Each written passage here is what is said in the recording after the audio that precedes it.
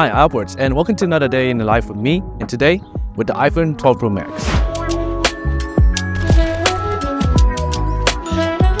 So let's quickly run down on the iPhone 12 Pro Max and why it was such a special phone when it first released. Back in 2020, the iPhone 12 Pro Max was the biggest iPhone that had been launched to date, with a 6.7-inch OLED display and with some pretty interesting improvements and a new design going back towards that iPhone 4 or 5 design after having curved bodies for several years at the stage. But it wasn't just the design that had changed. We had some really cool under the hood improvements, especially in the camera department, where Apple had launched the first Sensor-Shift Stabilisation in any smartphone. This was a pretty big deal because it allowed you to take some better low-light photography, being able to compensate for any movement when you're trying to take long exposures.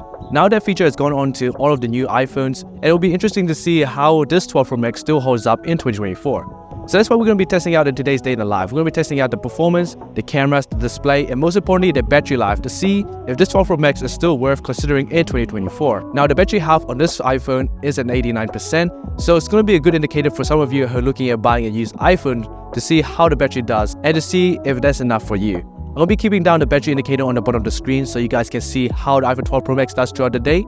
It is currently 9:55, our battery percentage is at 100%, and let's get into this Day in the Life.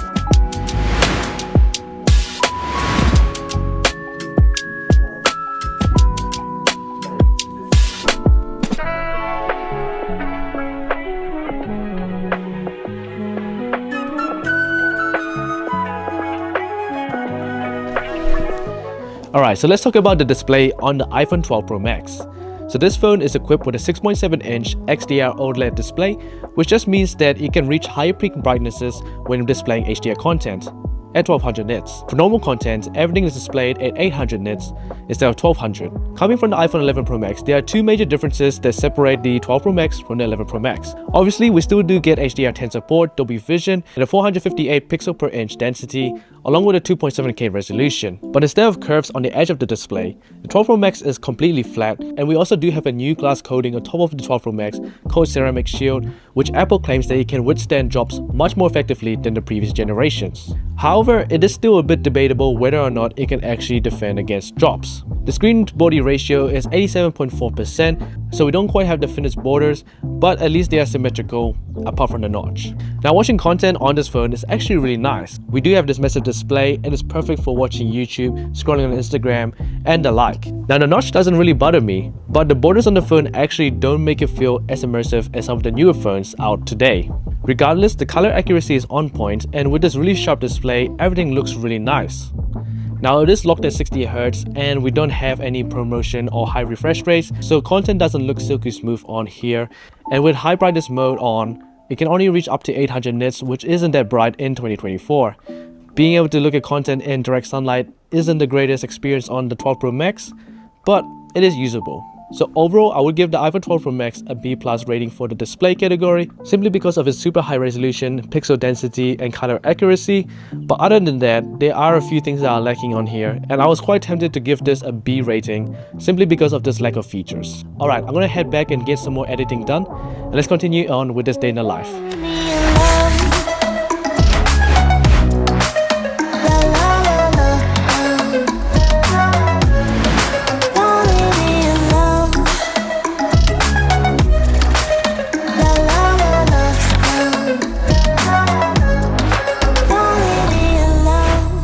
Okay, so it's currently 237, our battery percentage is at 53%. Now let's talk about the performance on the iPhone 12 Pro Max. So the iPhone 12 Pro Max is equipped with the A14 Bionic chip, along with 6GB of RAM. And so far, using this iPhone has been really smooth, and there hasn't been any bugs, lags, or stutters. And honestly, it feels as smooth just as the latest iPhone. Launching, switching, and multitasking between different apps is a breeze on the iPhone 12 Pro Max, and I do think the performance here is comparable to pretty much most smartphones that are being released today. Even compared to some of the smartphones being released today, like the Google Pixel 9, the A14 Bionic chip is still a bit faster than that, which is really a testament to the performance of the iPhone 12 series and Apple's chip making process. Honestly, if you're thinking about buying an iPhone 12 for its performance, I see no problem with it, because the performance here is still top tier, and especially with 6GB of RAM, it's going to give you a lot of headroom for years to come. Now, talking about gaming on iPhone 12 Pro Max, I tested it out on Genshin Impact and S1 9, and both ran incredibly smooth. Playing Genshin Impact at medium settings at 30 FPS is a breeze, Bumping it up to 60 FPS, it can handle it perfectly fine, and even playing at high graphics, it did come up with the overclock warning, but it's still running really smoothly. So I even bumped it up to 60 FPS on high graphics, and that still managed to run without breaking a sweat. Now it did get a bit warm and a bit hot, but overall it can actually still handle it, and with such a big display on this 12 Pro Max, it is actually a pretty good experience. Playing S49 at high graphics on 60 FPS ran really smoothly as well. However, it's not as demanding as Genshin Impact. So altogether, the performance on the iPhone 12 Pro Max deserves an A grade because it still runs really smooth even in 2024, and any game or application you're running today will be handled by the 12 Pro Max for years to come. Alright, let's keep going on with this day in the life.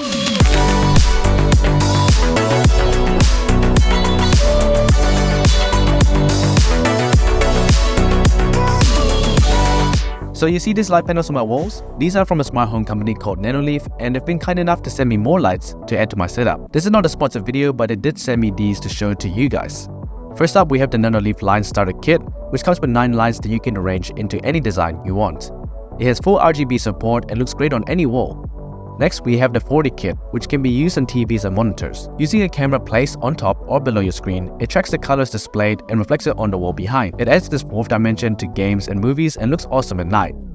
Both have smart home integration with Apple Home and Google, so you can control it from anywhere, and the Nanoleaf app itself is also very handy. If you want to check them out, I have a link in my description, and once again, thank you to Nanoleaf for sending these out. Alright, so it's currently 4:42 and our battery percentage is at 38%. Let's talk about the features and the design of the iPhone 12 Pro Max. Design-wise, the iPhone 12 Pro Max was a pretty big step away from the last designs of the other iPhones before it. Obviously, now that we have flattened out the curves and made it basically a box. And I'm actually all for it. I think the flat design is more superior than the curved phones, especially when it allowed it to be a lot more thinner. Second most thinnest iPhone that has ever been created, apart from the iPhone 6. And when you put it side to side with some of the older iPhones, you can tell instantly that this is the newer phone, even though technically the bezels aren't actually a lot more smaller than the previous iPhones. Now obviously one of the biggest drawbacks on the iPhone 12 Pro Max is the notch, but other than that, we do have a really nice design with the frosted glass back, the stainless steel sides, and it just feels very premium in the hand. Taking a look at the features, we do have 5G, which was introduced across the iPhone 12 series. We also have MagSafe, which allows you to attach magnetic accessories onto the back of the phone, a LiDAR scanner, IP68 certification, and some pretty good sounding speakers, which were the biggest on any iPhone at the time of launch. So overall, the features on the iPhone 12 Pro Max are pretty cool, and I do think you're getting a very good package with the iPhone 12 Pro Max. So overall, for the features and design, I would give the iPhone 12 Pro Max an A grade. Right, so I'm gonna have dinner with my friends out tonight, so I'm gonna go and get ready for that. I'll talk to you guys soon. So the last thing that we haven't tested out are the cameras apart from the battery. So what are the better way to test out the cameras than to vlog the whole night on the iPhone 12 Pro Max? Let's give it a try. And also fit check.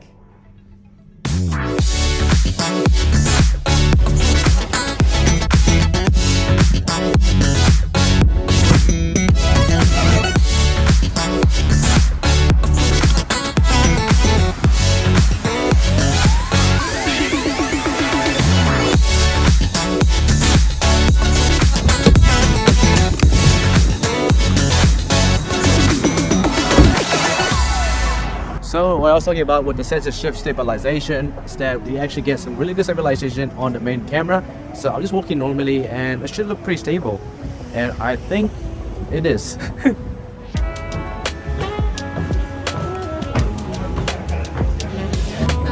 Tell me, what's up?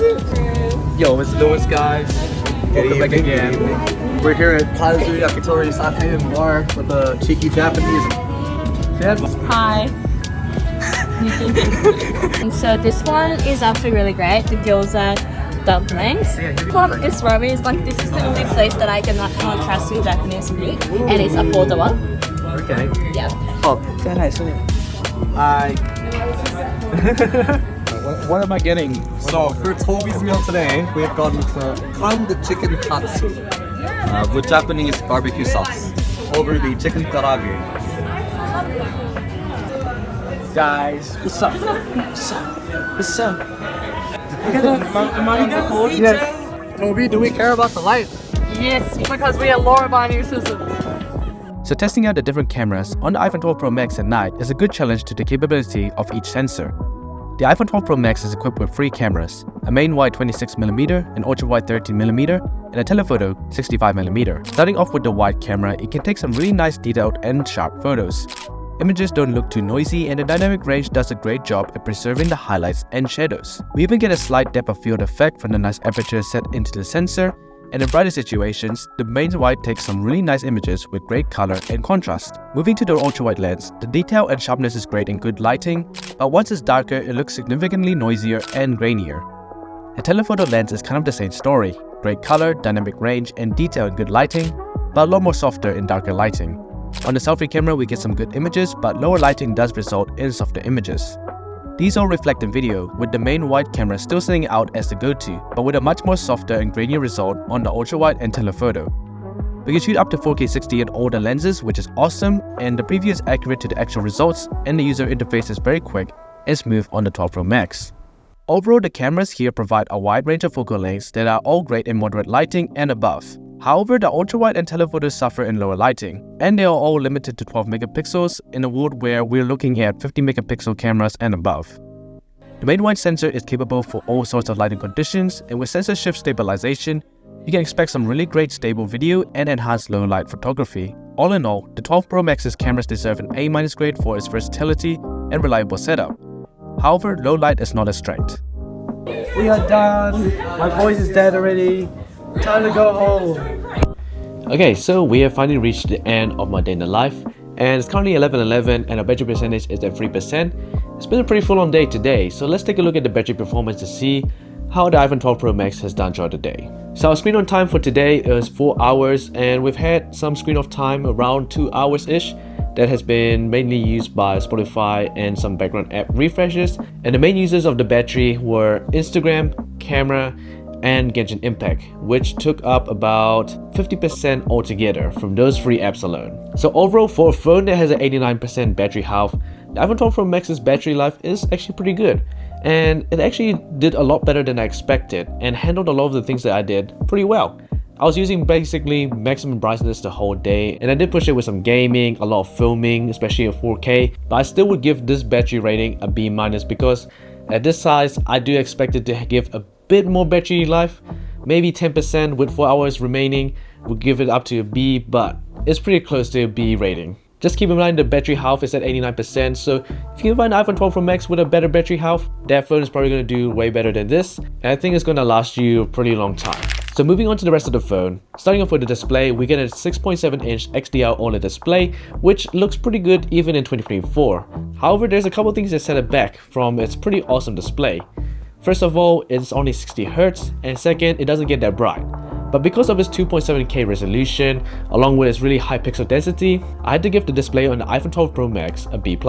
Now turning to performance, we do get the A14 chip with 6GB of RAM, and I must say the performance here is still really impressive, even 2024, and it actually does still beat out the latest Google Pixel 9 in terms of performance, and it translates well into real-world scenarios. The user interface is super snappy, super smooth and quick, and even gaming is really good on the iPhone 12 Pro Max. We could play Genshin Impact at high graphics with 60 FPS with no problem. Looking at the features and design of the 12 Pro Max, we get this really nice premium looking iPhone with flat edges and a flat back, and it's pretty thin as well. It also comes with 5G support, MagSafe, IP68, and all of those really nice things that you get with an iPhone.